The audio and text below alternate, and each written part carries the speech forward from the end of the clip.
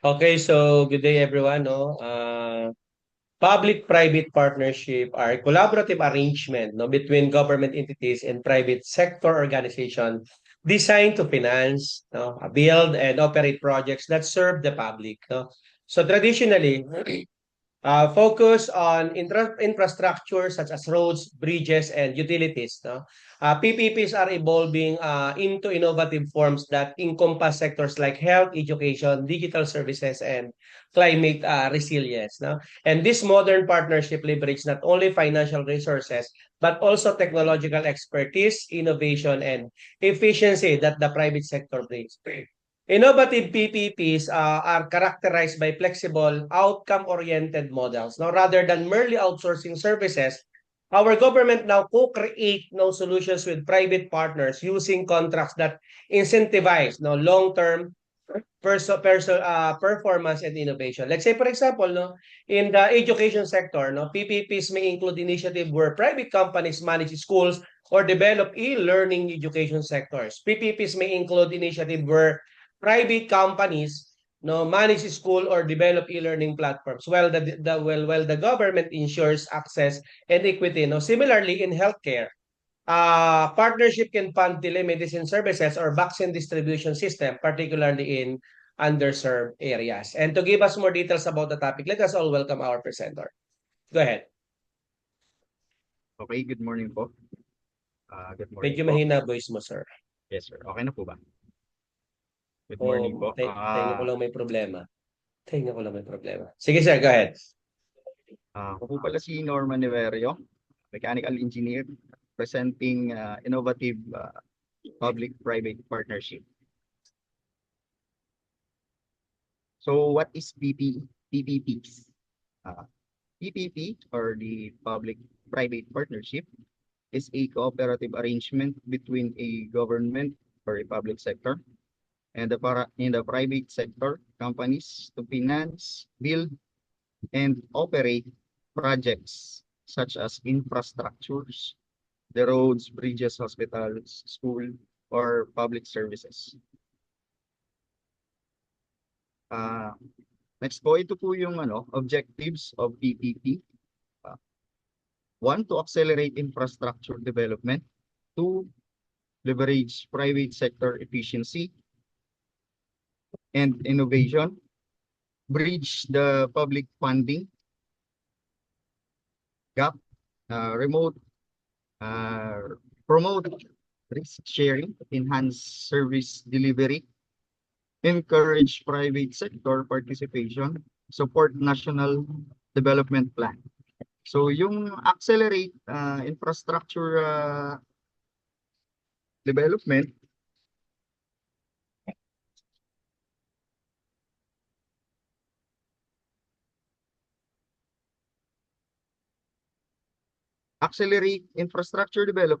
PPPs aim to fast track the delivery of key infrastructure projects such as roads, airports, seaports, energy, water supply, transportation systems by mobilizing private sector investment and expertise. Number two, leverage private sector efficiency and innovation. By involving private entities, the government seeks to enhance the efficiency, quality, and sustainability of public services and infrastructure through better project management, innovation, and technology. So number three, bridge the public funding gap. PPPs help the government overcome fiscal constraints by reducing the immediate need for public capital outlay, allowing more projects to move forward without heavily relying on national budget allocations or foreign loans. Number four, promote risk sharing. One key objective is to allocate risk more appropriately between public and private partners, ensuring that each party manages the risk it is best equipped to handle, thereby increasing the success rate and cost effectiveness of the project. Number five, enhance service delivery. The PPPs support the improvement of service quality, accessibility, and customer satisfaction, especially in critical sectors such as health, the education, transportation, and digital connectivity. Number 6, encourage private sectors participation. The government aims to foster stronger collaboration with the private sector in contributing to national development, job creation, and inclusive growth. Number 7, so support national Edu, development plan. Edu. Jobert, yung ELBC mo, PPPs are aligned with the check Philippine mo na. Development Plan and the Build Better More infrastructure program, serving as a vehicle for achieving long-term economic competitiveness. Next po, ito yung methods and approaches of PPPs. Contractual, ito po yung mga methods. Meron po siyang 4 na methods and approaches. Contractual methods of PPPs, merong financial and risk sharing approaches, institutional and governance approaches, strategic and collaborative approaches. So 1, yung contractual method of PPPs. Meron po build, operate, and transfer. The private sector finances, designs, build, and operate a facility for a set period after which it was transferred back to the government. Yung sample po nito ay yung maintenance ng LRT Line 1. Ang nag-finance po niyan before is yung company ni Manny Pangilinan. So alam ko 30-year contract yung operation nila doon, maintenance and operation, tapos ita-transfer sa government. So number 2, build, own, operate. The private sector builds, own, and operates the facility indefinitely with regulatory oversight from the government. So number 3, build, lease, transfer. The private partner construct a facility, leases it to the public sector, and transfer ownership at the end of the lease period. Number 4, the design, build, finance, operate. The private sectors handles everything from design to operation, often for complex infrastructure projects, while ownership may or may not revert to the government. Number 5, lease, develop, operate, or rehabilitate, operate, transfer.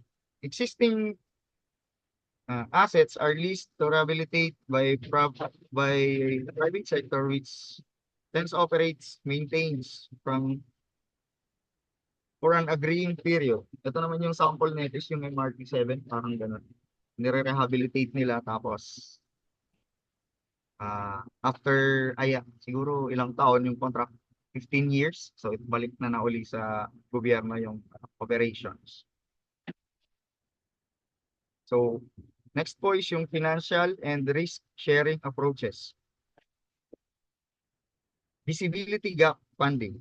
The government provides partial capital subsidies to make projects financially viable and attractive to the private sector. Number 2, availability payments. The private sector is paid based on the availability and quality of services, not revenue generated, reducing demand risk. So number 3, revenue sharing models. Private sector shares a percentage of revenue with the government as part of their concession agreement.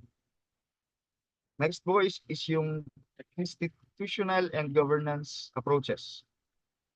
PPP centers. Specialized government agency like the PPP centers in the Philippines guide, coordinate, and regulate PPP project to ensure transparency and effectiveness. Number 2 is joint venture. The entity form a joint venture to deliver a project, sharing both profits and responsibility.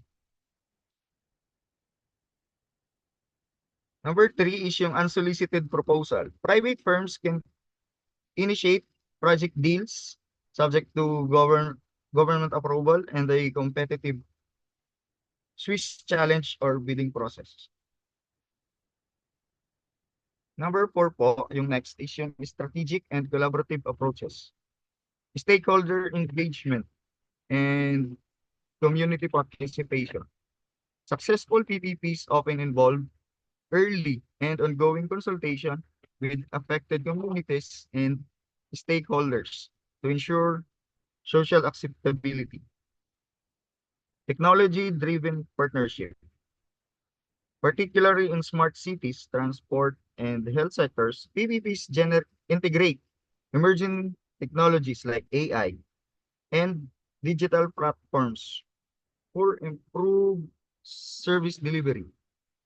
Number three is yung sustainability-focused PPPs. Many modern PPPs incorporate environmental and sustainability goals. Next po is ito po yung key historical milestone of PPPs. So yung first po is yung 1990s. Ito po yung introduction ng PPPs called tinatawag po siyang BOT o yung Build Operate Transfer under Public Act number 6957 and later amended by RA 7718. So, noong 2010 po, nilaunch yung PPP program under President Aquino, establishing PPP centers. So, kung gusto nyo po makita ang mga PPP projects dito sa Pilipinas, hanapin nyo lang po yung PPP Center website. So, makikita nyo na po doon lahat ng PPP project, yung ongoing, yung completed, tapos kung ano po yung mga forbidding. Noong 2013, first major PPP project award yung Mactan Cebu International Airport, awarded sa joint venture ng GMR and Megawild.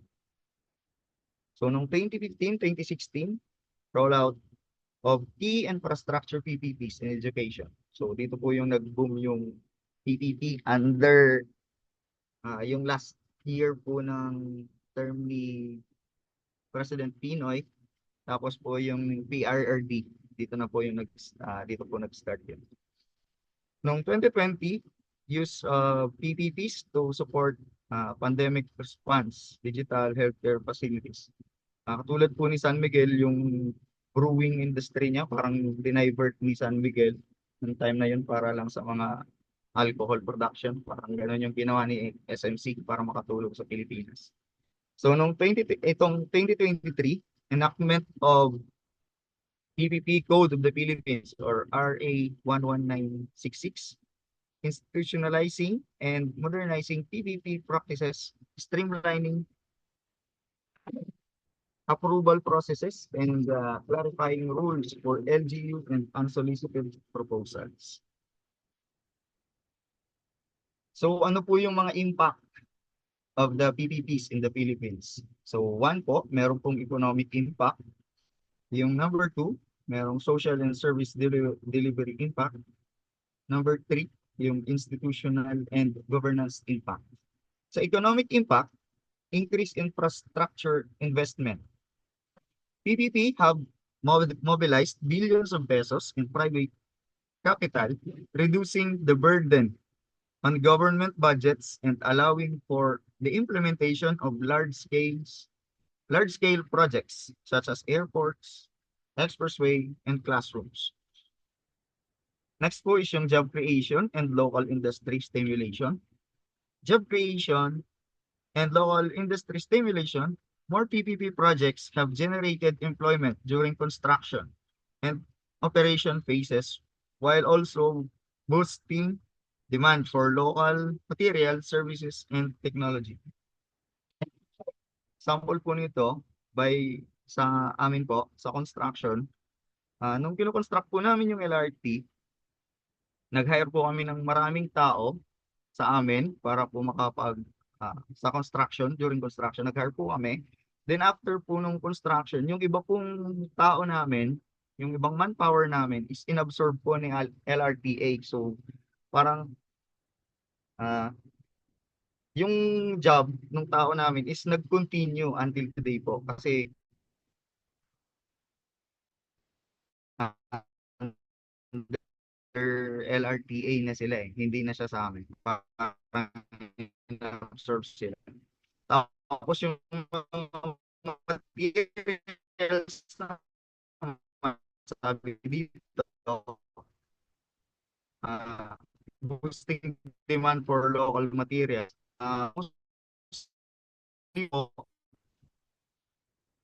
Mostly po yung mga tips na during construction, yung mga approve namin is more on locally made. Mga kayas. So number 3 po is improve efficiency and cost saving. Even with expertise, many projects so purely public initiatives. So number 2 po yung social service delivery impact. Meron po yung executed to improve access and quality in transportation. Like po ng MRT7, yung NAIA-X, next NAIA-X Expressway. Sa education naman po, meron PPPs for school infrastructure project. Sa healthcare, modernization of Philippine Orthopedic Center. So next po is yung better user experience. Infrastructure developed through PPPs often result in better facilities, cleaner environments, faster travel times, and more reliable public services.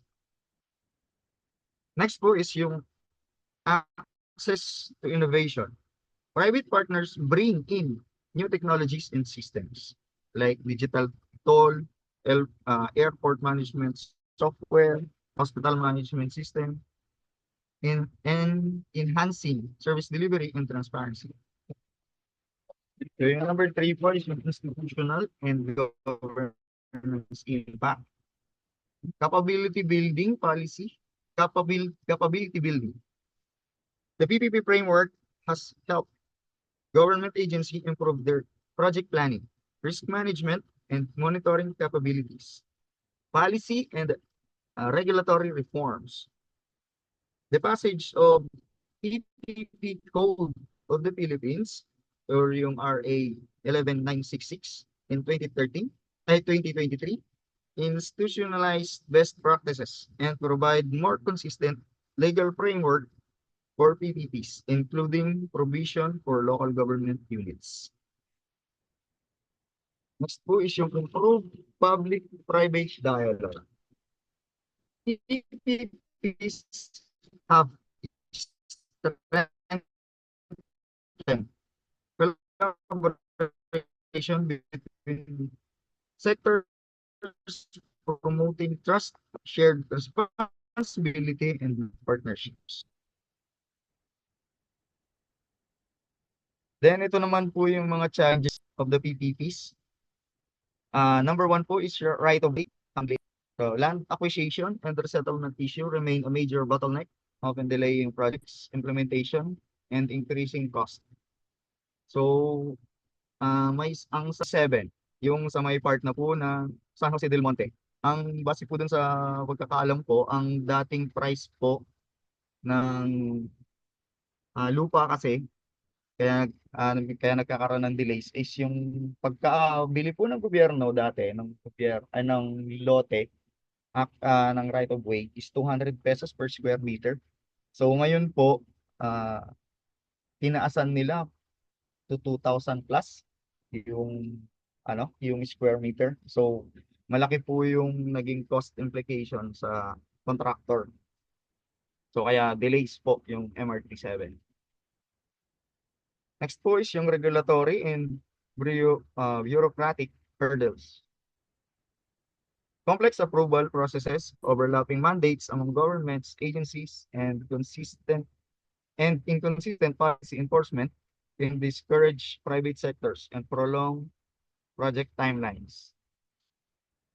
Next po is yung limited technical capacity of implementing agencies, some local government agency and some government agency and local government units lack the expertise to properly plan, structure, and manage PPP project, especially complex or large scale ones. Next po is yung unsolicited proposal and transparency concern. While allowed under the law, unsolicited proposal have raised concerns about fairness, transparency, and competitive. Particularly, so dito po marami pong issue dito eh. Yung ganitong sistema, mahirap nang magbigay ng ano eh. Pero kadalasan po kasi sa mga politiko, si congressman may sariling construction company. So, pag nag-submit ng ah, bid, may katulad po ng ano, one rider party list. Ang one rider party list po,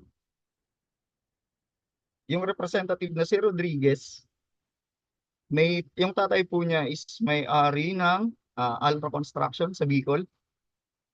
So, lahat po ng project ng DPWH sa Bicol, from Sorsogon to Camarines Sur, sa amin po, makikita nyo po doon, nandun yung Alpha Construction. So, pag tinignan nyo po, ang Alpha Construction, yung owner po nun, is anak yung one rider party list representative. Then yung one rider party list representative naman po is relative to yung po na appropriations chairman. So, more on politics po. So, walang ibang napupuntahan na syempre sa kanila na lang lahat ng project. So, ganun. Unfair nga.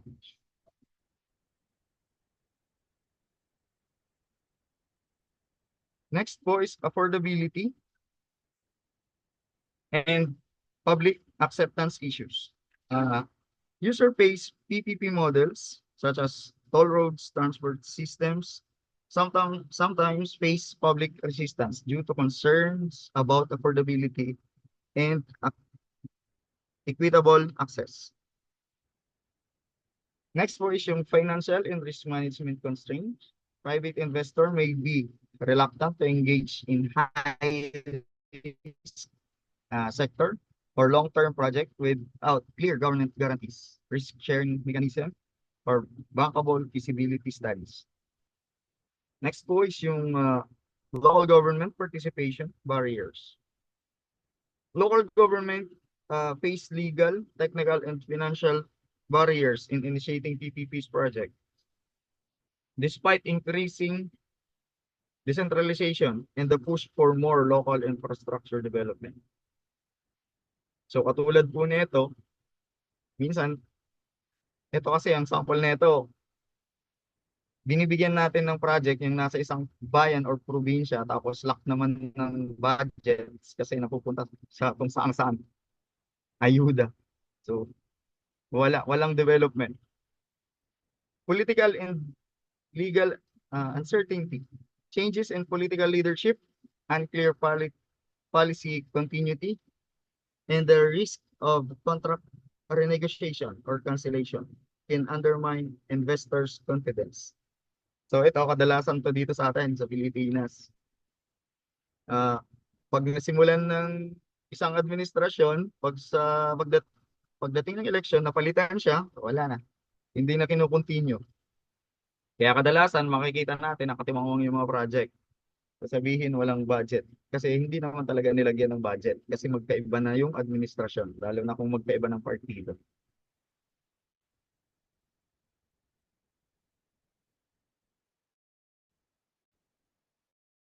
So ito po yung mga completed projects ng PPP. So yung Tarlac Pangasinan La Union Expressway, a major toll expressway enhancing connectivity in Northern Luzon.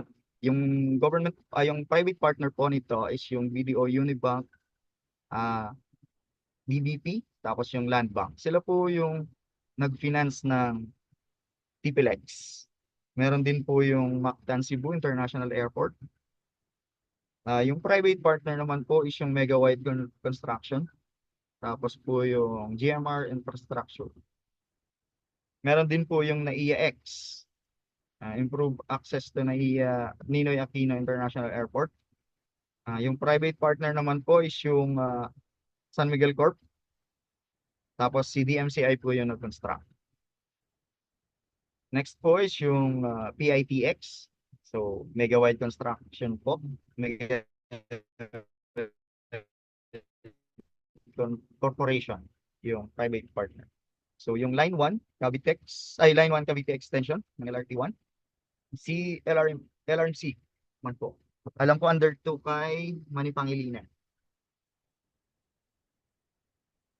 So, ito po yung mga ongoing projects, yung Metro Manila Subway. Yung partner po nito is Tokyo Tobishima, tapos Mega Wide Joint Venture. Tapos meron pong Boracay Bridge Project, yung Bislig City Water Supply and Seepage Project. Merong Cagayan Valley Medical Center, merong Lapu-Lapu Expressway. So, premium mega structures naman po, MTD Philippines and Alticon Builders, yung private partners ng government.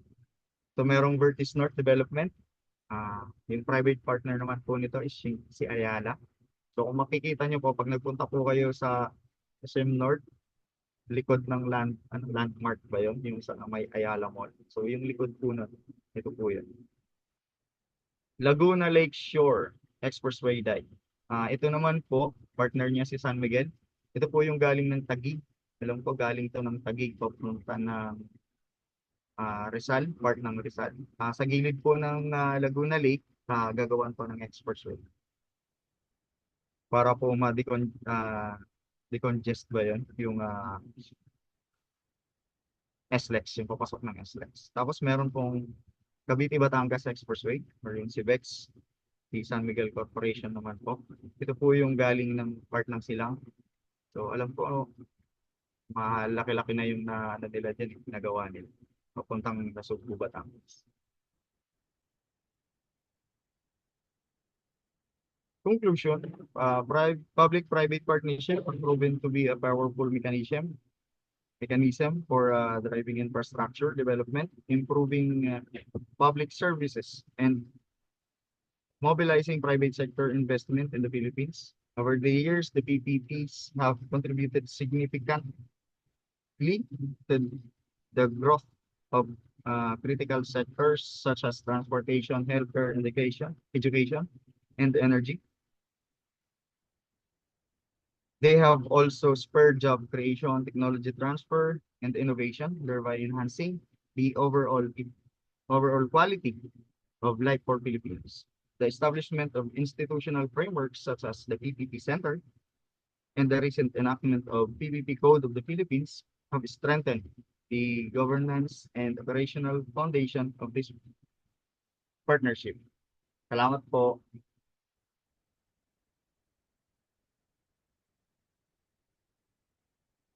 May questions po ba regarding po dito sa topic ng PPPs?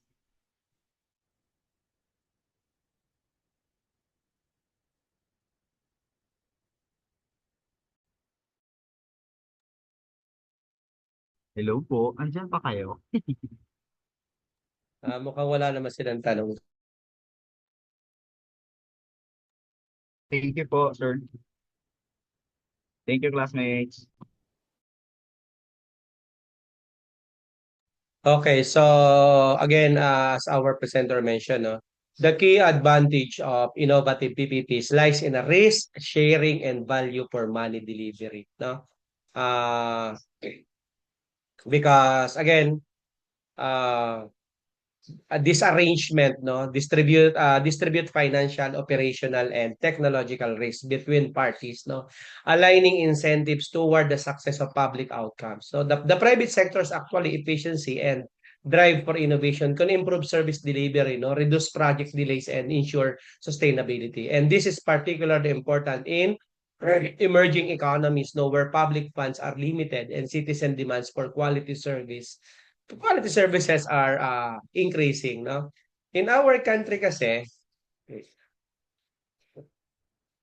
In our country, PPPs are instrumental no in nation development, especially in infrastructure and digital governance. Sabi nga ni Sir, no, projects like NAIA Expressway, no, modern classroom construction and Philippine Identification System are example of PPP-led initiative. Now, however, innovation in PPPs is expanding to include data centers, no, broadband infrastructure and climate resilient, no, housing, no. Government agencies like the PPP Center are now advocating more inclusive, no, more transparent, and more socially impactful partnership models. For public administration, student like you and practitioners, understanding innovative PPPs is critical, no, for fostering effective, accountable, and forwarding-looking governance. So, the partnership, no, the partnership demand a balance between regulatory oversight dapat po and entrepreneurial agility, no, requiring strong negotiation skills, ethical frameworks, and system thinking. As societal challenges become more complex, innovative PPPs will play an important role in bridging resources gaps, enhancing service delivery, and achieving sustainable development goals. Okay, so I think that's it for this topic. Thank you so much, Presenter. Okay, next. Nakikita pala. Nakikita pala. Ayan na, nakikita na. Wait lang, introduce ko lang topic mo ha. Pa-print screen, tas pa-send sa group natin. Okay po.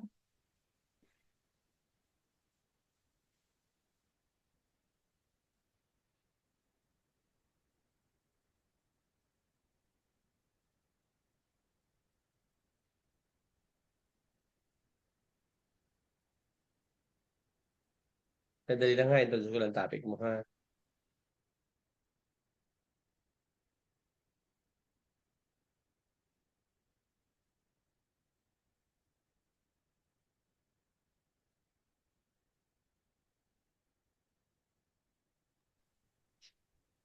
So na recording nawawala.